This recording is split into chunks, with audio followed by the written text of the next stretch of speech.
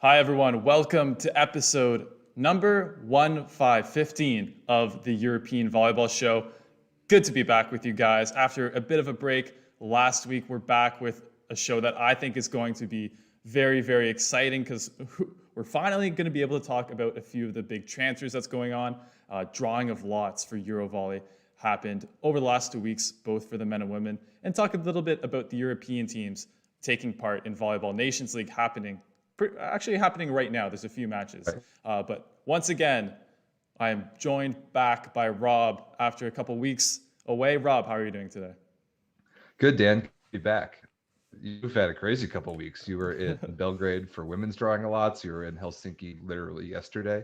So thanks for booking it back to Luxembourg today, this morning. Yeah, thanks for booking it back to Luxembourg show. This is going to be cool. Yeah, well, there is some, we want to talk about those DOL live reactions, and also talk about these transfers. So, had to come back here, do the show from the office. So excited for today's show. But Rob, maybe today, first, we can talk a little bit about Volleyball Nations League, which is, the first kind of international volleyball event we've had in a long time, with lots of European teams competing over both genders. Yes, it is so good to have international volleyball back. It's cool to see all these players that we've talked about in Champions League and domestic club or whatever over the past 6 months now, seeing them again, but in national team colors instead of club. See that. I love national team volleyball. I'm very excited to be able to talk about it. So Volleyball Nations League is in a bubble in Rimini, Italy, both men and women, just playing tons and tons of volleyball like every day over the next 5 weeks or so. The women just finished their first 3 days of competition. The men are in their first day of competition literally right now. So we can get to that. Wanted to talk about the European results for the women so far. Let's see, Turkey 3-0, Netherlands 2-1, Serbia 2-1, Russia 2-1, Germany 2-1, Poland 1-2, 0-3, Belgium 0-3. So tons of European teams in the teams now participants, and then the men started today, including a couple matches on like literally right now. Yes, I think Russia, the Netherlands is happening right now, and Serbia, Slovenia, which was looking like a great match. Slovenia, Slovenia, Serbia, the third set went 36-34 to Serbia like a few minutes ago. So a lot going on there. Yeah. But for the women, it's interesting to me, Rob, because Serbia actually doing pretty well, not really sending a lot of their top players. So getting an opportunity for the younger girls, and a few other teams are doing that as well. But for Italy, it's not it's not working quite as well as for Serbia, who still seems to have this incredible depth of talent. So I'm sure there will be some big names and maybe some potential European Championship players and Olympic players coming out of this tournament. Belgium, though, is a little surprising to me. I was hoping they would be a little bit stronger with Britt Herbots leading them there.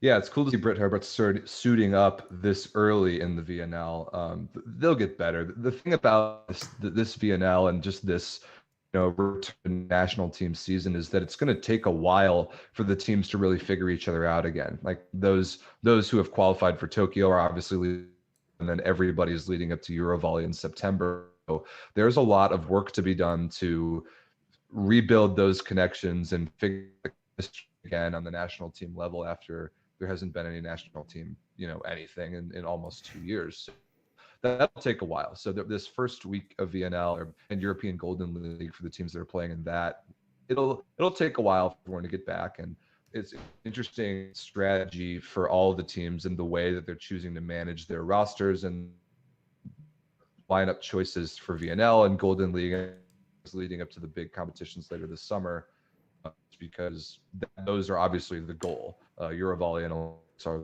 so. You won't see all the superstars early now, and you'll see them later.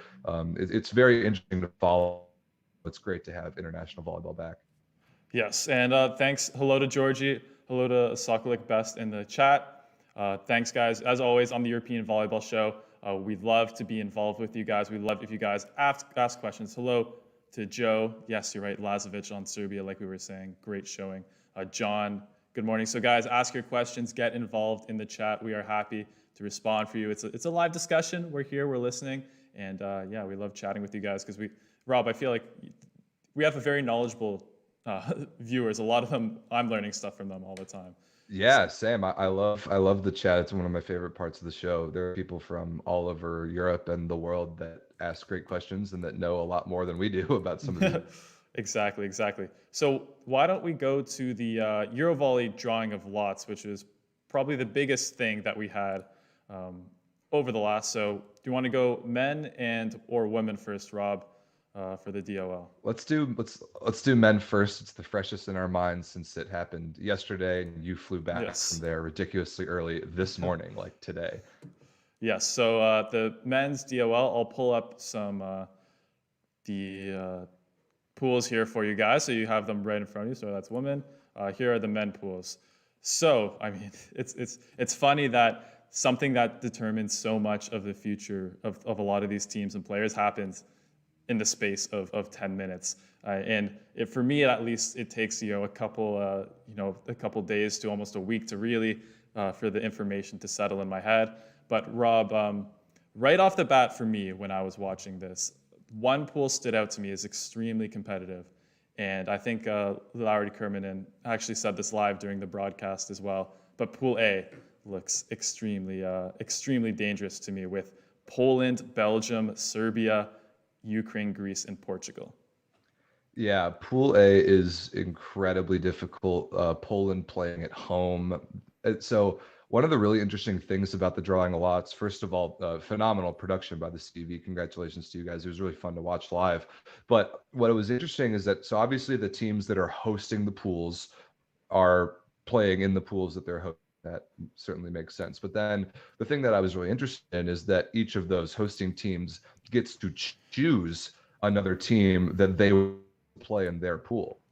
And then I didn't know that until I was watching yesterday. That was really fascinating. So the choices that those hosting teams made about the team that they like, the really, in case, like elite level team that they wanted to bring into their pool, like voluntarily, interesting to me. In particular, Finland choosing Russia and then the Czech Republic choosing Italy. I was surprised by those picks. But Pool A, Poland, Belgium, Serbia, right there. Poland is clearly a championship contender. Ukraine had a really good run last year too. So there are absolutely no easy outs in that pool, and it's good. Italy, Slovenia, Bulgaria, all three very, very good.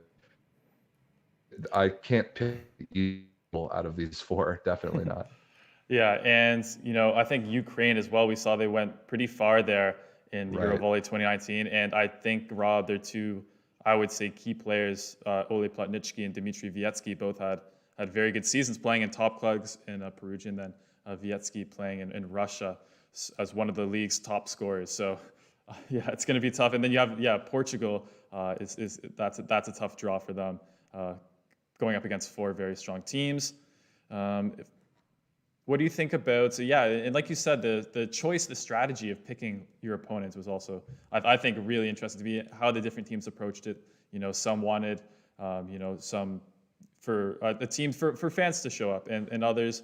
Love that pick just for real, the regional rivalry order one another, that they're sure to pack the house if for that one. So I like that pick for that reason. The other picks seemed more like competitive in their strategic choices, but that just like, let's make a cool rivalry game and pack the house.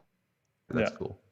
Yeah, lots of people still talking about VNL in the chat for a little bit, so maybe just address a couple of those. I think different teams, Rob, in the VNL have a different approach to the tournament. Some are in it to win it. Some are, using it more as a preparation for other tournament. But I think it's kind of interesting. For me, it's always interesting when, a team with kind of their younger players actually is able to beat the teams with their main starters. And there's always interesting stuff that happens. Yeah, there's a lot going on in VNL, and really the only way to really draw a lot of conclusions from it is just to kind of watch the whole tournament and use the patterns and the developments and kind of the eye tests to figure out who is where, who's trending in what directions. Obviously, every team has a different strategy for how they VNL. Like you said, some are in it to win it. Some are clearly using it as a as building blocks for later tournaments in the summer. Roster choices are all across the board. Like inside, for example, Italy not sending anybody from the top team, but other than that, pretty much everybody, at least on the with a pool of players that they can bring to VNL, is their top like A team, so to speak. So I expect to see those guys guys and girls play more as the tournament goes along. Only 4 teams this VNL make it to the finals instead of what usually is 6. So that's a little different this year. When those semifinals come around, like once the Final Four is decided and you see semifinals and finals, then you're going to see the teams that make it to that stage really play to win the tournament, because there is development in learning how to win a tournament in a playoff atmosphere.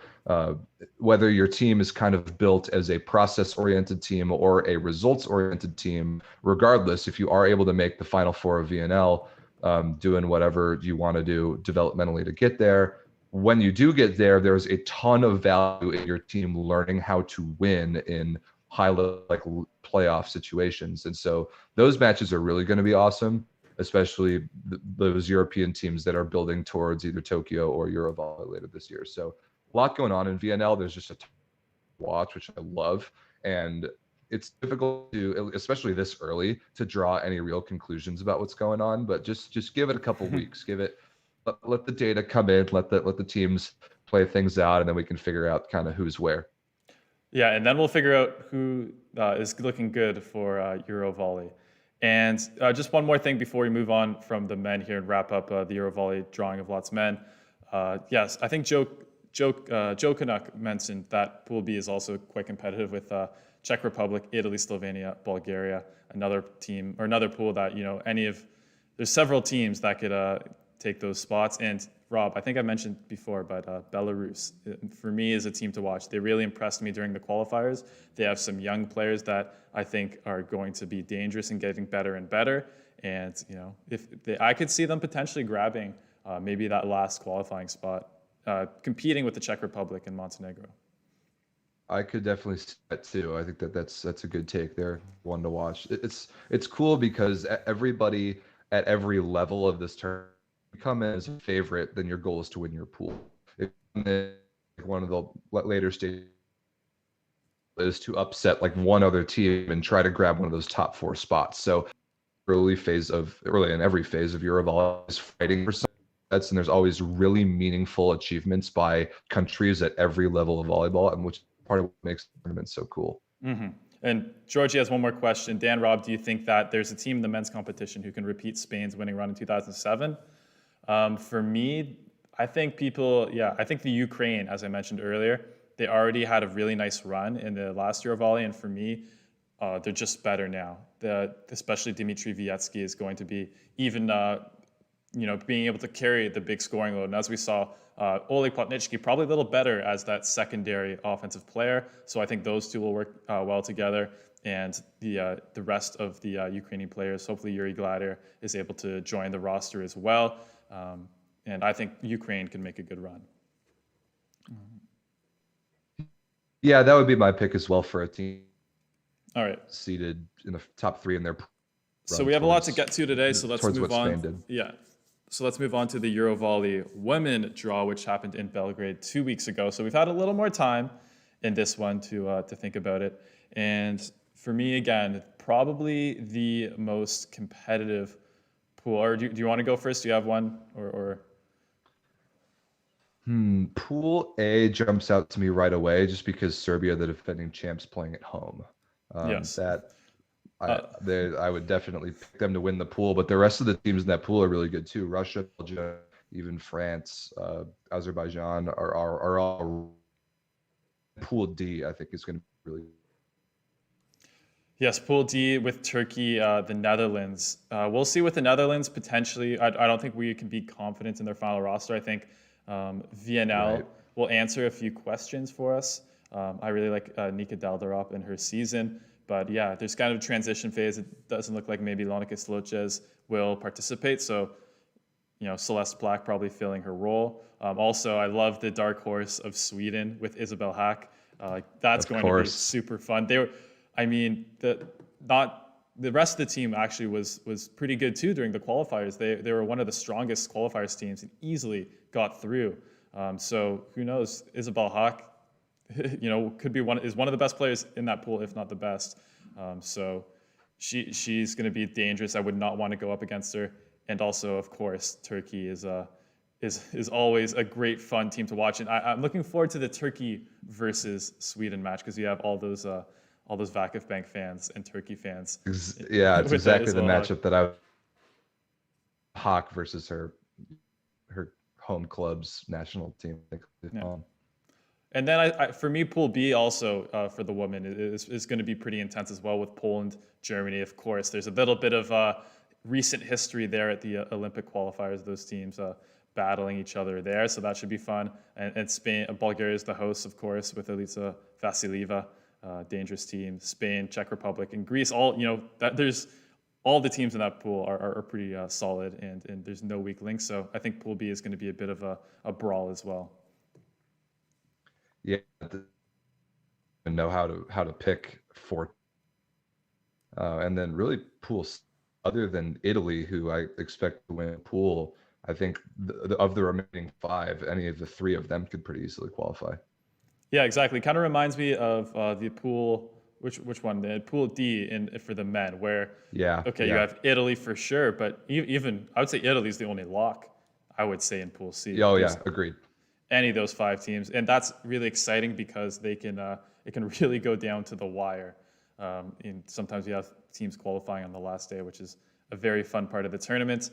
And yeah, a couple people in the chat talking about John had talked about Lonika retiring, and he's saying Poland. Yeah, I think Poland they really this summer are looking to assert themselves, especially in the European Championships, given that they missed qualifying for the Olympics. And we saw a huge amount of improvements from Magdalena Stysiak, which we'll talk about a little bit later in the show as well. And as long as they have Aja Volosh to set these excellent middle blockers and wings, then they're going to be a very strong team.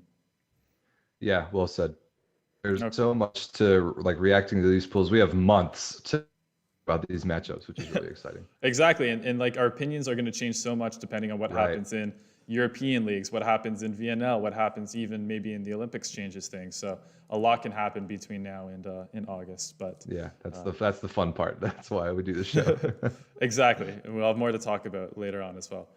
All right, so I guess we promised everyone some transfers, Rob, for this show. So let's give it to him. Why don't we get to it? And I know you guys love the transfers, so please get involved in the chat. Like the video as well, and can't wait to talk about this kind of stuff as you. And this is kind of an evolving. I don't think, Rob, this maybe will be our only transfer show because things get confirmed and things evolve as the off season goes on. But let's start with some the big Ben signings because I feel like this is one of the craziest few weeks I've ever seen in terms of teams changing around. It really is. I've never seen anything like this. So first of all, the preface to only talking about transfers. So only things that have been announced by the club or by the player or their agent, I think is basically the criteria for confirming a transfer, making it official. So yes, that's what we're talking about. There are a lot of rumors that you might put in the chat, but if they're not official, we're not talking about them now. But Dan, the start is talk about Trentino as an organization. Trentino obviously going to the finals League this year, losing 3-1 in the Champions League Super Finals, basically in full sell, completely blowing up the core of the team that are going into that. But all of the usual suspects, all of the big names from this past year that led them to where they got to are not going to be there anymore. And first and foremost, maybe the biggest transfer bomb of the entire offseason, setter Simone Gianelli, who came up in Trentino's system, lived up there. They found him as a junior player, really became the player he is through the Trentino system. His time there is over. Yes. Man. He is going to make an unbelievable domestic Italian setter upgrade for Perugia. Just an unbelievably big piece of news. to Perugia, where he will team up with some other ridiculous names that we'll talk about in just a second. Wilfredo Leon is still there, and we talked about Perugia's all along. One of them being opposite, which they seem to have perhaps solved. The other being setter. Problem solved right there. They have a huge upgrade, and not only do they get an incredible setter, but they get an incredible setter in Simona Gianelli, who does not count against the foreigner limit. So it was an unbelievable piece of news, and had to be the thing that we talk about first.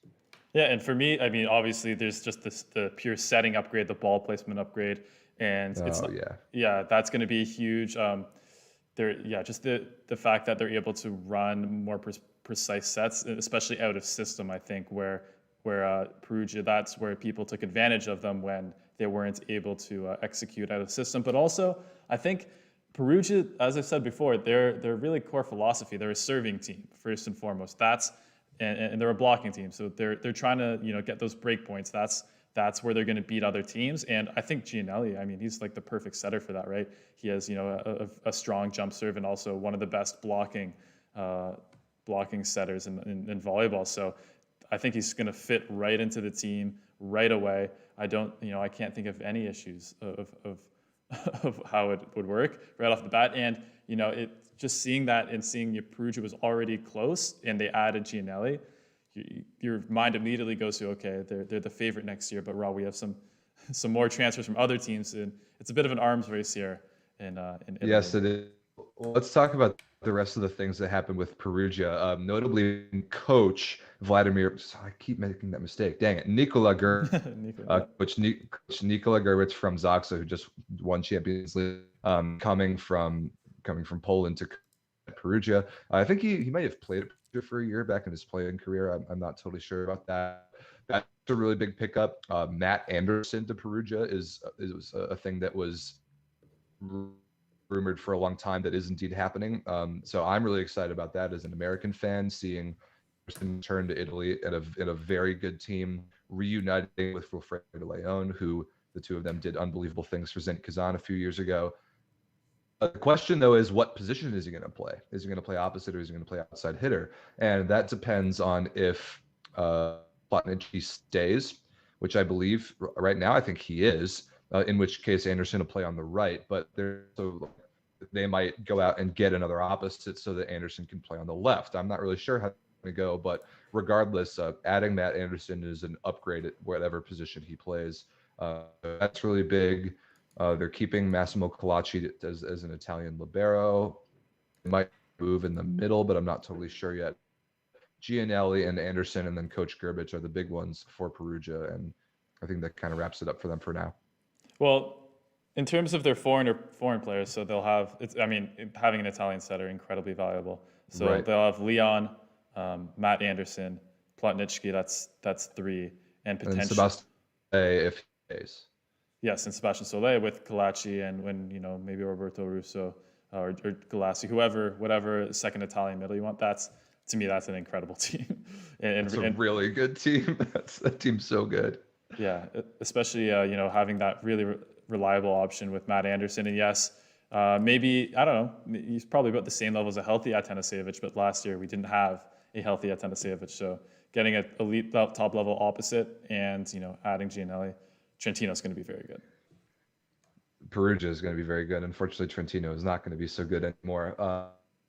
Of the Italian league arms race, some massive moves is voted after admittedly a down year for them this past year. The elite setter and libero and not much else. But finally becoming official this week is the pickup of Namir Abdelaziz. What a ridiculous move that is, bringing probably the best opposite in Italy last year into Modena. They are bringing Ervan Ingapeth back from Zenit Kazan to Modena, where he played so many years. They are bringing Bruno Rezende, where he played so many years. They're bringing Salvatore Rossini, an Italian libero, back. That was to satisfy some foreigner limits. So that probably means that Jenny Grabakov is on the move. Rumored to Russia. We don't know where. So we'll definitely keep our eyes on that one. Is the other outside hitter, is that news official? I can't totally remember. No, I don't think that second outside hitter is official yet. So that's Okay, well, let's just say that's another very good addition though, if it it does. is. If it does indeed stick like we think it will, Dragan Stankovic is staying, and he counts as Italian now, so that's big. Whoever their other middle is, I don't think Daniele Mazzoni is staying. I heard he was going to somewhere. But they'll get another Italian middle, and so they'll have a foreign setter, two foreign, and then three foreign wings, and they will be absolutely stacked. Just huge upgrades across the board, even despite losing Christensen and Grebennikov. They've replaced them adequately and given themselves a ton of firepower on the wings. So Modena has brought themselves back into the championship conversation as well with these transfers. Yeah, and especially the fact that they should be able to hit the ground running, at least in theory, because Exactly. Bruno and Engapet are best friends and have all obviously played with each other before. You have that; it's kind of a nice synergy where Bruno, that Bruno pipe to Engapet is such a classic, run that I'm really looking forward to see that again. I mean, Namir Abdelaziz gives Modena a very good service pressure, in my opinion, between Namir and Engapet, two of the best servers in volleyball, plus Bruno's strong server for a setter as well.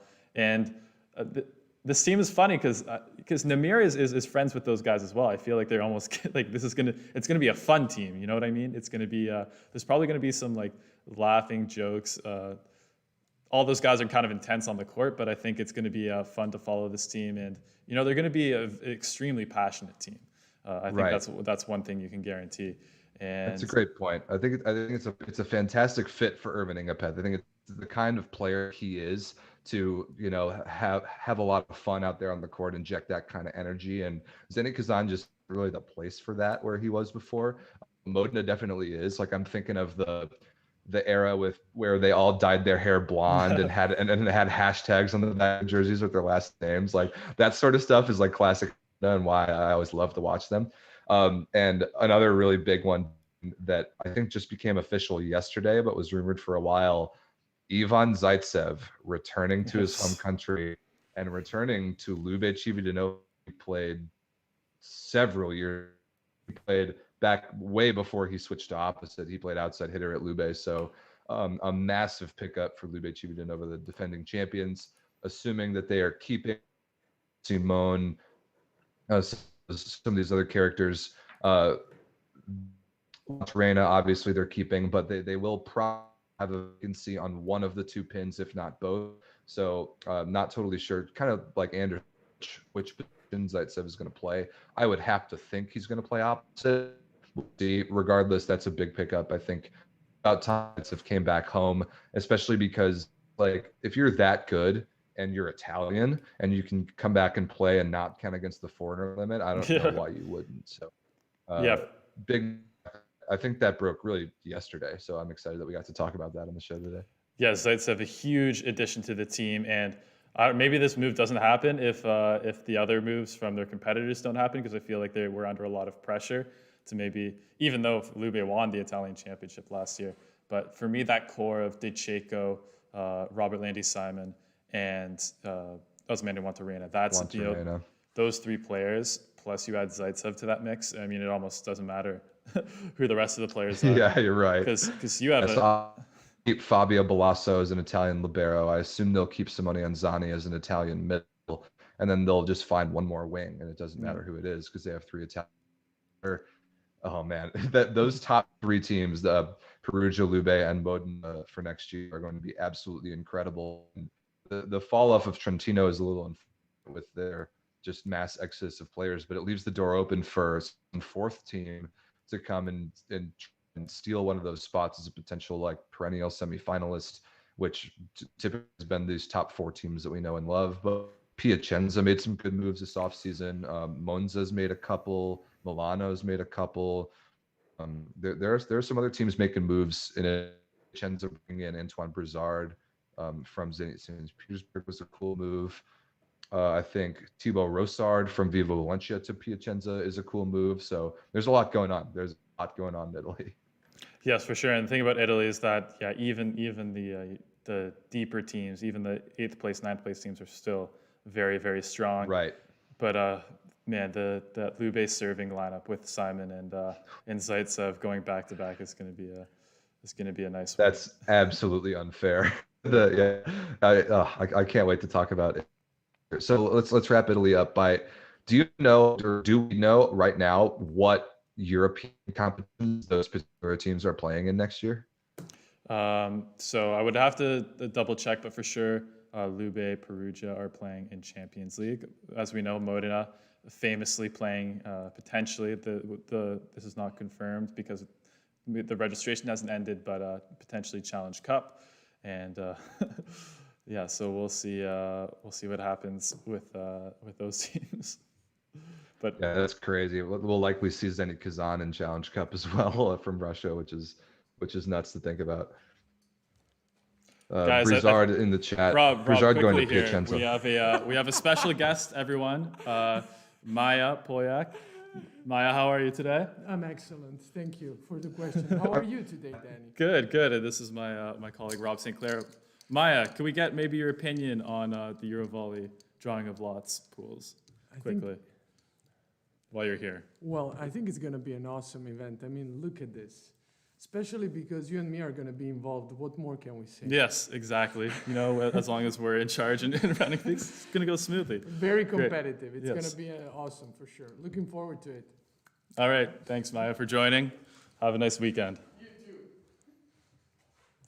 You never know who you're going to run into at the CV office here, guys. that was cool. Yeah. Okay, where were we, Rob? With the let's a couple more reasonably big transfers. Looking at Poland really quickly. Jeff Jendrick leaving Poland to Berlin. Facundo Conte coming back up to Zawiercie. That's pretty cool. Let's see. Sam Daru to Asseco Rasovia. I like that one a lot. Lucas Kampa to Gdansk. Uros Kovacevic back to Europe, also to Zawiercie. That'll be really interesting. Zawiercie is going to be interesting, Rob. Yes, they are. Yeah. Yes, they are. Your boy Jay Blankenau to Warszawa. Yes. Which is a cool pickup. My boy Taylor Averill to Olsztyn. With TJ DeFalco, right? Yes, with TJ DeFalco as well, I believe. So a lot going on in the Plus Liga. Russia, we kind of already talked about the big moves in and out. Micah Christensen to Zenit Kazan, I think, is the biggest one for sure. Yes. And then wherever Grebennikov ends up going, if it is indeed in Russia. But other than that, mostly players leaving the Russian teams or moving around. Yeah. Okay, so just a question here in the chat. John's, because sorry guys, I haven't looked at the chat in a few minutes. Which position does Zaitsev fit better in your opinion, Rob? I think you went over it briefly. Opposite. It's got to be. Opposite. He's a good passer though. I kind of like him at outside hitter. Him and Matt Anderson are so funny, right? Yeah. Yeah, they're.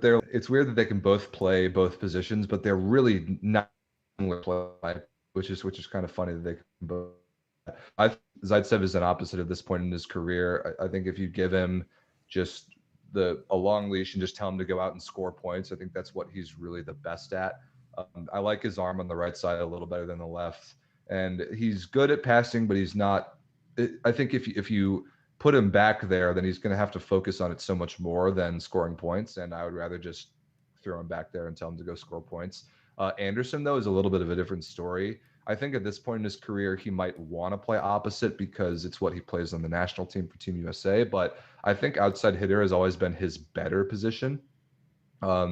It's weird that he's like 6'10" and jumps 40 inches and touches 12 whatever and is so smart and controls the ball so well, but he kind of is like that outside sort of player in a lot of cases, which is crazy. But playing alongside Wilfredo Leon and Zenit Kazan, they fit so well together, and Anderson never had to score 25 points a match, but at any point he could easily go off and do so. That I kind of like him there, at least for club. I don't know how Perugia is going to use him, but we'll see. I think that's really interesting for those two guys. Yes, yeah, for sure. But yeah, I still think if it's easier to find an opposite than an outside hitter who can hit and pass at an elite level and serve an elite level. So for me, it does make more sense for them. But I'm sure it would be interesting to sit down with those guys and then have an interview and see, okay, why Why hitting up? Why opposite? What about that position? Is it just easier? You can focus more on the offense. Kind of reminds me a little bit, maybe a basketball reference here, of like the big men who you don't want to play center. They want to shoot threes, kind of thing, right? They want to stretch forward. Yeah. That's a good analogy. All right, Rob. Maybe we can end on Zenit Kazan because you mentioned it briefly, but I kind of want to talk about them a bit more because for me, Micah Christensen with Bartosz Bednarz, Ervin Engapet leaving, like this is kind of an interesting team because bringing in another American setter. If you guys remember who the last well-known American setter there was, My Rob, man. you're a good friend. You're a good Mr. friend of Volley-ball. Exactly. And Zenit Kazan, I mean, they definitely had to make a big move. They had to change it up because there's too much Right. finger pointing. There's too much, kind of the blame game going on last year. But I think, I thought Bednarz had a great start to the season. I think him and plus Micah Christensen, we know that's, that combination was electric in that year in Modena. Low-key, Maxim Mikhailov had like one of his best seasons ever last year. He was ridiculous efficiency in scoring, playing out back to opposite position. Yeah, nobody should ever count that guy out. I can't wait to watch Christensen to Mikhailov. That's just a dream combination. And they've got big middles, so if they make or outside hitter move, Zenit Kazan could be right back up in the top of the there's Russian league. their outside hitter move, Rob, is Dmitry Volkov, the leading scorer of the Russian league last season. Oh, I don't think I knew that. Yeah. Wow, pulling them away from Falcon Nova Uruguay. Interesting. Who is now a very dangerous server. So hopefully we'll get to see that in the. Wow. Okay. I like those moves a lot. I remember talking about Zenit Kazan on this show, saying like, okay, are they going to succumb to a rebuilding period, or are they going to go back out and try and make some moves to get right back on top right away? And I think that answers that question. Yes. No, they're going to be competitive next year for sure. And again, I would love to see the Challenge Cup Modena versus Zenit Kazan finals. That would be so awesome. Risto, more love for Mikhailov. Never enough. There's always be more love. Never for enough. Never enough. He's playing right now. He's started today's match for Russia against Slovenia and Joe Canucks. No, against Netherlands. Sorry. Joe Canucks says going to try and catch more Russian and Polish league next season. I caught the last few months this year due to the lockdown. How am I going to manage working all this volleyball? Right. It can be tough to follow, but it is. Poland and Russia are very fun leagues to follow, as well as Italy. Those top tier matchups are very fun. But Rob, we need to talk about the women transfers too if we want to keep this show before a big event today. Right. Let's hit a couple of those, and then we've got 15 minutes until Dan and I go from polite professional co-hosts to bitter rivals as USA Canada VNL. So. One I want to talk about is that I referenced earlier in the show is Magdalena Stysiak to Monza. And for me, that's a very strong statement, I would say, from Monza, who had a good season last year, that they're kind of, looking to take the next step. And Stysiak is one of those rare players. There's only, a few of her around. So for me, she's I don't know if she's very close to that, Boscovich-Igano Hawk tier. Maybe a tiny bit below it, but she has really blossomed the last couple of years. And we saw with Scandici last year, really, like that was the team that took, arguably, other than Vakivbank, that took Conegliano as far as anyone. Closest to the. I agree. I remember Stysiak playing one of the matches against Conegliano where she took like 60 or 70 swings and just was so exhausted by the end of a 5-set match just because she was producing so many points, scoring against the toughest possible competition. It's cool, and she already was good for Poland these last couple of days in early VNL competition. So I'm excited about that. It's not the only move Monza made as well, grabbing Alessia Gennari from Booster CCO. So yes. Let's see what else is going on there. For me, they also have Lise van Heck, who had a great season opposite from them last year. So that's interesting to me because, as you know, we've seen Stysiak at outside hitter and at opposite. She is, one of like Matt Anderson and does that. So she does have the capabilities to actually both, be a solid receiver, and does do that when Melina Smarzak-Godek is playing for Poland. Obviously, it's crazy to me that she can even play the position given her size. But extremely skilled player. But we'll see next year if for me, if you're signing Stysiak to a club team, you probably want her to have that super heavy set load. But we'll see how Monza decides to use her. But yeah, Monza going to be more of a contender next season, I would say. Agreed. They also got Branchika Mihailovic from Fenerbahce, which I'm now. Not sure if that's confirmed, but if It that looks like it is. It is? Okay. Yeah, the Italian volleyball website is posted about it. Okay. Well, if they do in fact have Mihailovic, obviously that's a really strong team as well. Yeah. So. Wow. Okay. So that's Monza. So team to watch out for next season. Also, one I wanted to talk about, another Italian team that's close to the top but didn't quite get there last season. Novara signing Ibra Karakurts. I can't believe she's only like 20, 21 years old still, because I feel like we've known about her for 4 or 5 years at this point.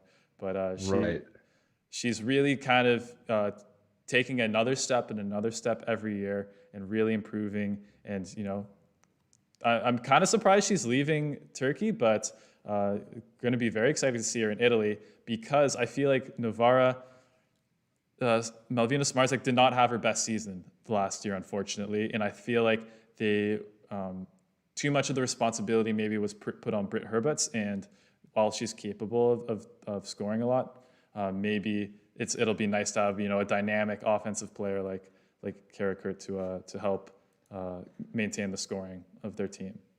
Yeah, I was surprised that she chose to leave Turkey but going to be very cool to see her play in just a completely different system and try and take Novara to the next level, just to be able to once or twice, because we talked about it a lot, how Novara was so good this year. They beat everybody there was to beat, except when they played Conegliano. They just didn't seem to even think that they had a chance, and that showed in the score lines for sure. Yeah. Also keeping Mika Hancock, who we've talked about on the show with her serving abilities. Shout outs to Micah Hancock, love her. Micah Hancock, yeah. Nika Dalderop, who I mentioned earlier as well, I think is one of those players that's improving as well. So, yeah, I mean, if Novara has this nice solid core of younger players, especially on the wings, I think they could take the next step and grow together. That would be really exciting. Of course, we have to talk. You were just about to get to the reigning champions, to Conegliano. Yes, exactly. I was wondering if they were going to make any moves, and one that I'm seeing here is Megan Courtney from Scandicci to Conegliano is confirmed. So with the perhaps retirement of Kim Hill, that might be a drop-in replacement right away, or they keep Mackenzie Adams, but another American outside of Conegliano. It's interesting. Yes, well, I think for me, first of all, I love this move for Conegliano. First of all, I love the fact that they're keeping the core of their team together, because, as I said many times leading up to the superfinals, that was one of their big competitive advantages, is that these players have played together so many times over the years. And for me, Megan Courtney, as you know, plays libero for Team USA, so she's that perfect pass first, reception, defense oriented outside hitter that's going to complement Pauli Eganu in the Amoko's playing style, which, let's be honest, when it came to the superfinals and the Italian championships, was build around Eganu, defend, hustle hard. Aja Volish is going to put it right in the pocket for her, and she's going to score 40 points, 50 points per match. And Megan Courtney is like perfect for me in that system. Agreed. So I'm seeing here Mackenzie Adams to in Istanbul, so that will enable come in and play right away. Yeah, well, actually, that was my last one I wanted to talk about here today. Nice. Mackenzie Adams, I think, improved her stock last year with Conegliano, especially totally getting into that starting lineup getting into the game during the superfinals and pivotal moments during important games in Champions League and the Italian championships. And to me, she was really solid during those pivotal moments. Very calm, collected player, but combines that athleticism and all-around skill set that a lot of the American women have. That the ball skills plus athleticism is amazing to see. And I think really fills a weakness for me for Chetzabatsi last year, which was they didn't really have the other players other than Boskovic on the wings that they could rely on, especially for secondary scoring. That's exactly what I was going to bring up too. Yeah, Adams' stock is obviously she earned that by the way she played for She wanted to go somewhere where she could be a very consistent starter. And Ekshasi a perfect fit, because you're exactly right. That was one of the things that they were missing, to take a little bit of load away from Boskovic, who is amazing. But nobody can do it all by themselves. Unfortunately, no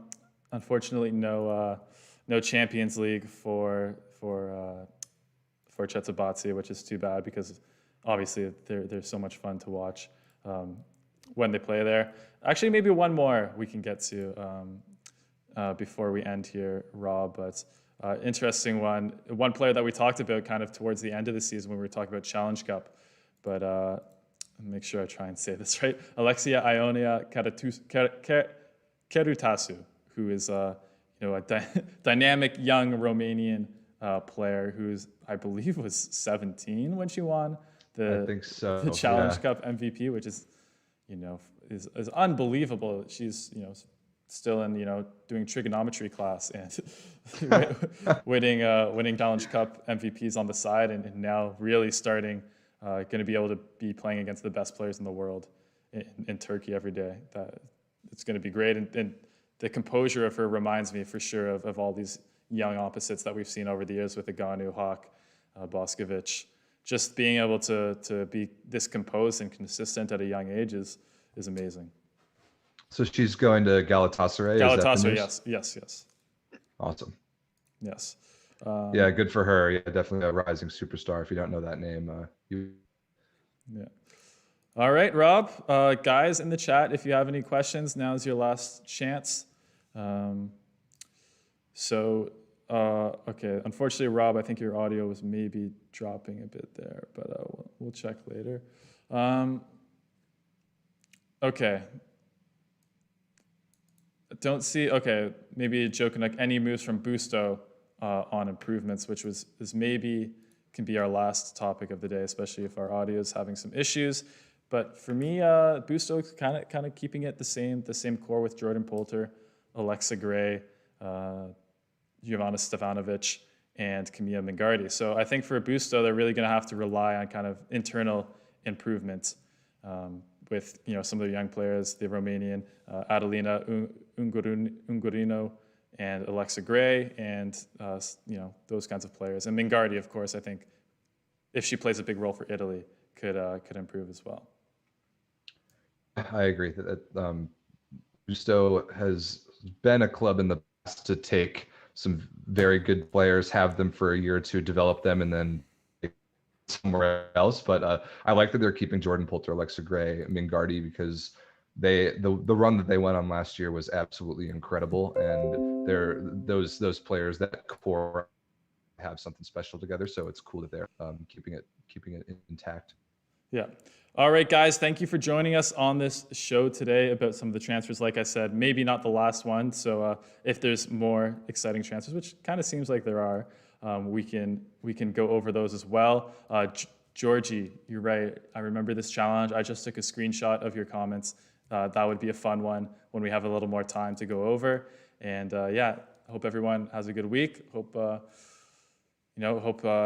you have some great volleyball to watch, because there's so much between European League, VNL going on right now. And Rob, thank you once again so much for joining me on the European Volleyball Show. Thanks, Dan. Have a good. All right, thanks, guys. Bye.